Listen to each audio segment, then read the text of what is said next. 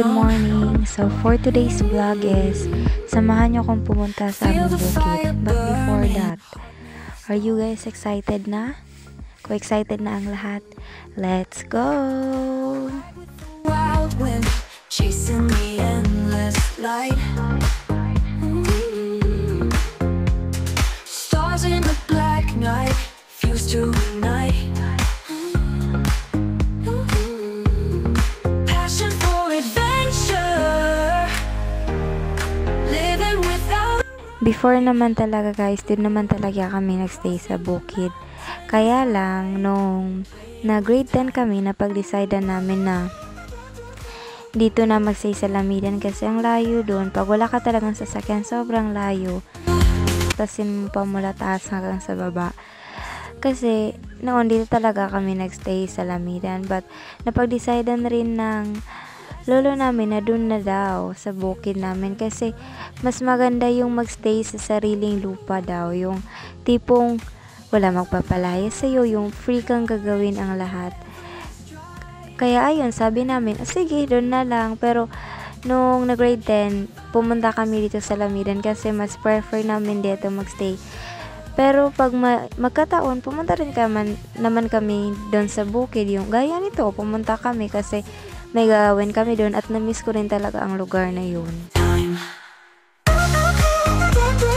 So guys, before ko pala makalimutan ay dito pala kami dumaan sa may ilog. Kasi kung doon kami dumaan sa daanan sa taas, sobrang init naman talaga. Sobrang sinag ng araw. So dito na lang kami dumaan kasi hindi masyadong sinaga ng araw. Yung konti pa yung nilakad mo pero pagod na pagod ka na. At yung nasa likod ko guys, yun ang tinatawag dito sa amin na Sampaw at isa sa tourist spot yun dito sa aming bar.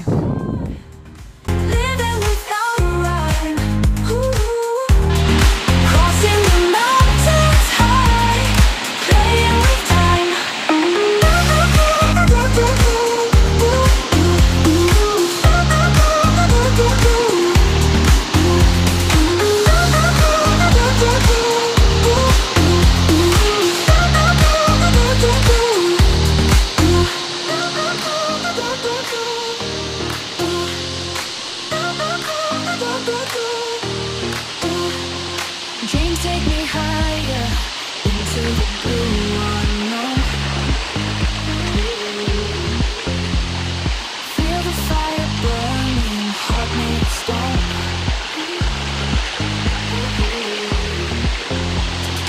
Ride with the wild wind, chasing the endless light.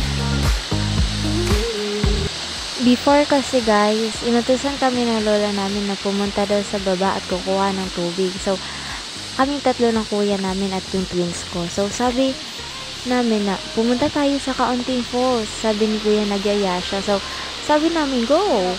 Tapos pumunta kami doon, natagalan kami at di alam ng lola namin na dito pala kami pumunta sa may falls na yun. Maraming salamat po, kuya. Ano, kaya pa?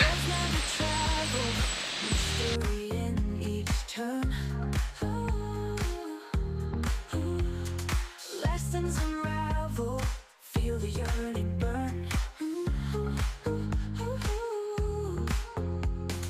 Eyes on the horizon.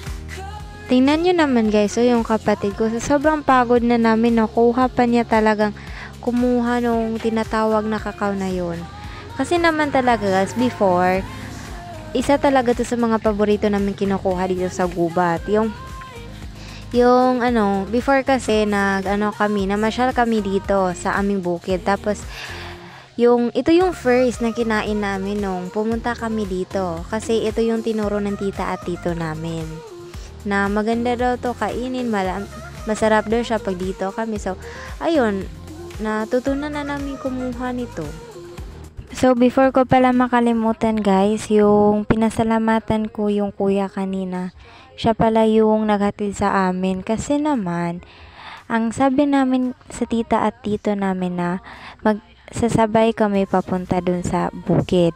Kaso nga lang, naiwan kami kasi hindi nila nakita yung chat namin na sasabay kami sa kanila papunta dun. Kasi may ginawa kasi sila dun eh. At dito sa part na to guys is hindi talaga namin alam kung saan kami dadaan. Wala namang daanan dyan. Pero okay lang naman kasi malinis naman yung bato. So pwede tayong dumaan dyan.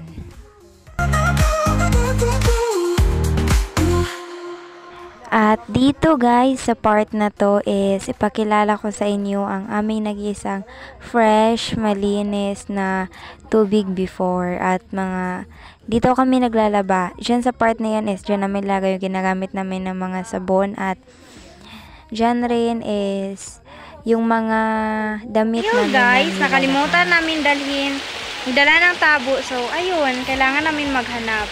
Ngunit, hindi ko alam kung saan kami maghahanap dito ngayon. Okay, maghanap muna tayo. Samahan niyo akong maghanap. Fuse tonight. Passion for adventure. Living without a rhyme. Crossing the mountains high. So, tulungan niyo ako maghanap guys ng tabo. Pag may makikita, pero pag wala, no choice. Pero maliligo pa rin tayo. Hindi naman mahirap maligo dito kasi malaki naman yung tubig. At may mga kamay rin naman tayo. So, carry lang. So, wala talaga tayong mahanap. So, kukuha na lang tayo ng sabon. At alam nyo guys, sobra talaga yung, sabi na maliligo kami, pero kahit towel at shampoo, wala lang kami nadala. Yung nadala lang namin yung sabon ko talaga, yung beauty white soap lang na sabon. Kasi always ko naman talaga din nadala, hindi maaring hindi talaga.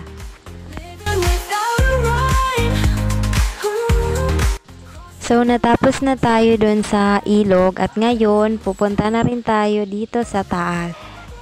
Kasi guys, yung daanan dito, una yung ilog sa baba. Tapos pag papunta na kami sa taas, ang lalakbayin na rin namin is hindi na ilog. Yung sa lupa na siya talaga guys. Wala nang tubig na makikita.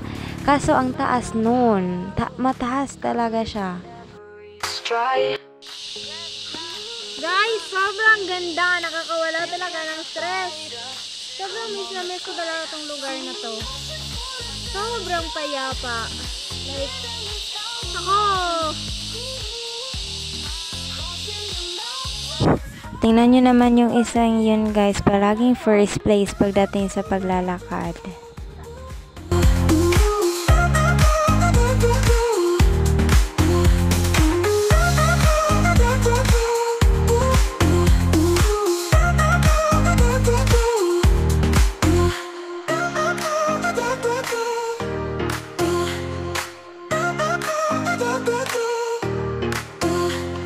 Dreams take me higher into the blue.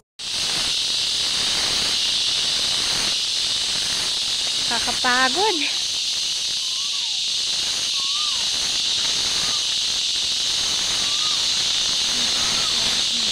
Ano dyan? Parang ano guys, yung narinig nyo? Yun. Ang ibig kong sabihin. So guys, gusto natin maglakad kasi sobrang layo pa ng lalakarin.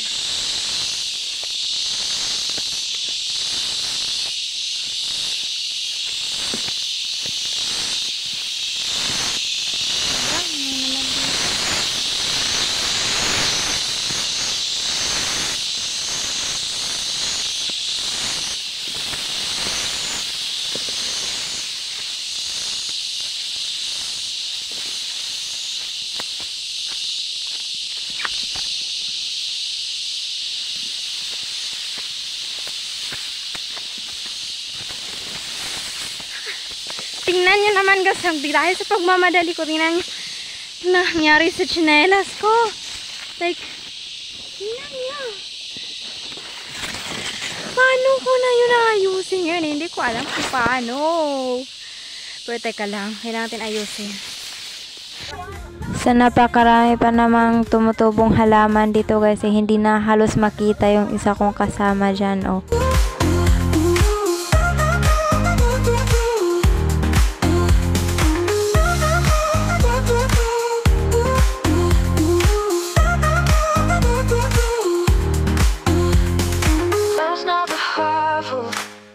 courage in every stride.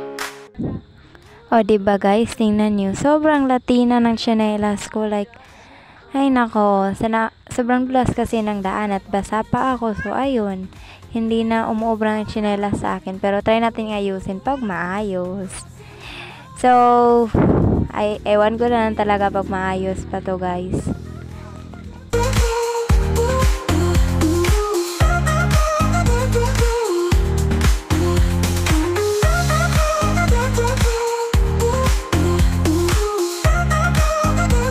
Yay! Perfect! Naayos na siya, oh.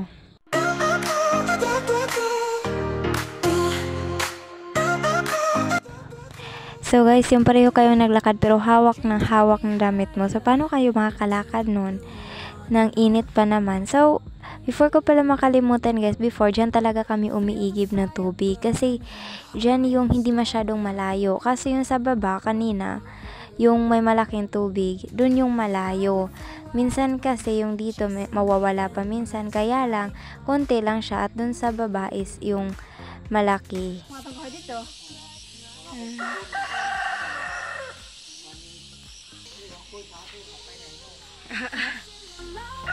At sa paglalakad namin guys, may nakita kaming halaman dito. Or flower ba to? Yeah, parang ganun.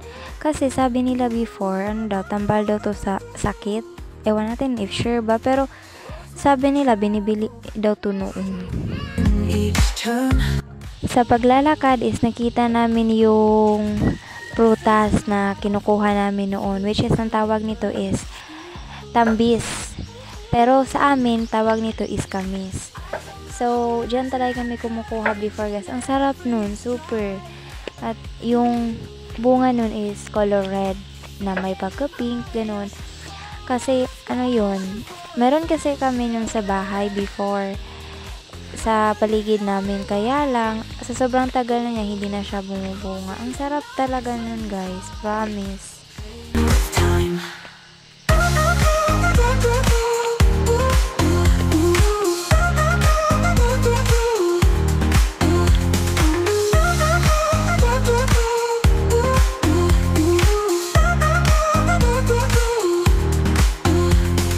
Love's not the powerful, courage in every.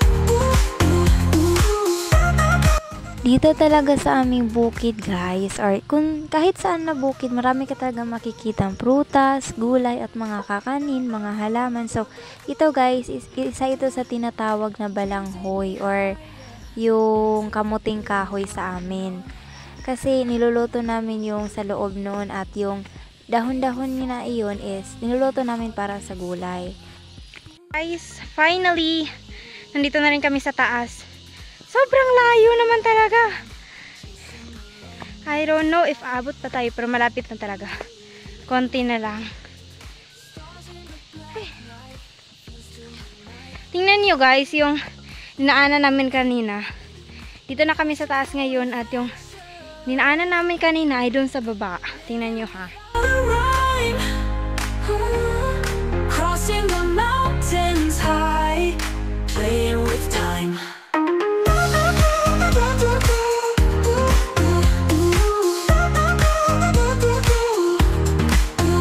Kunti na lang talaga guys, ilang steps na lang makarating na tayo. At sa pagkarating pa namin sa taas ay nakita namin yung lolo namin, which is yung kapatid rin ng illegitimate kong lolo. So naglilinis sila sa kanilang mga halaman. At pagdating guys, ang sumalubong sa amin yung aso na color puti. At yung lolo namin, kasi pastor yung lolo namin, nagbabasa siya ng Bible at kailangan pagdating mag-bless tayo para hindi tayo masasapak. Joke lang. So, kakarating din namin is nakita namin na nagluluto pala nung tinatawag na langka or ginataang langka ang aming tita. So, maparami ang kain natin ngayon guys kasi malayo ang nilakad natin.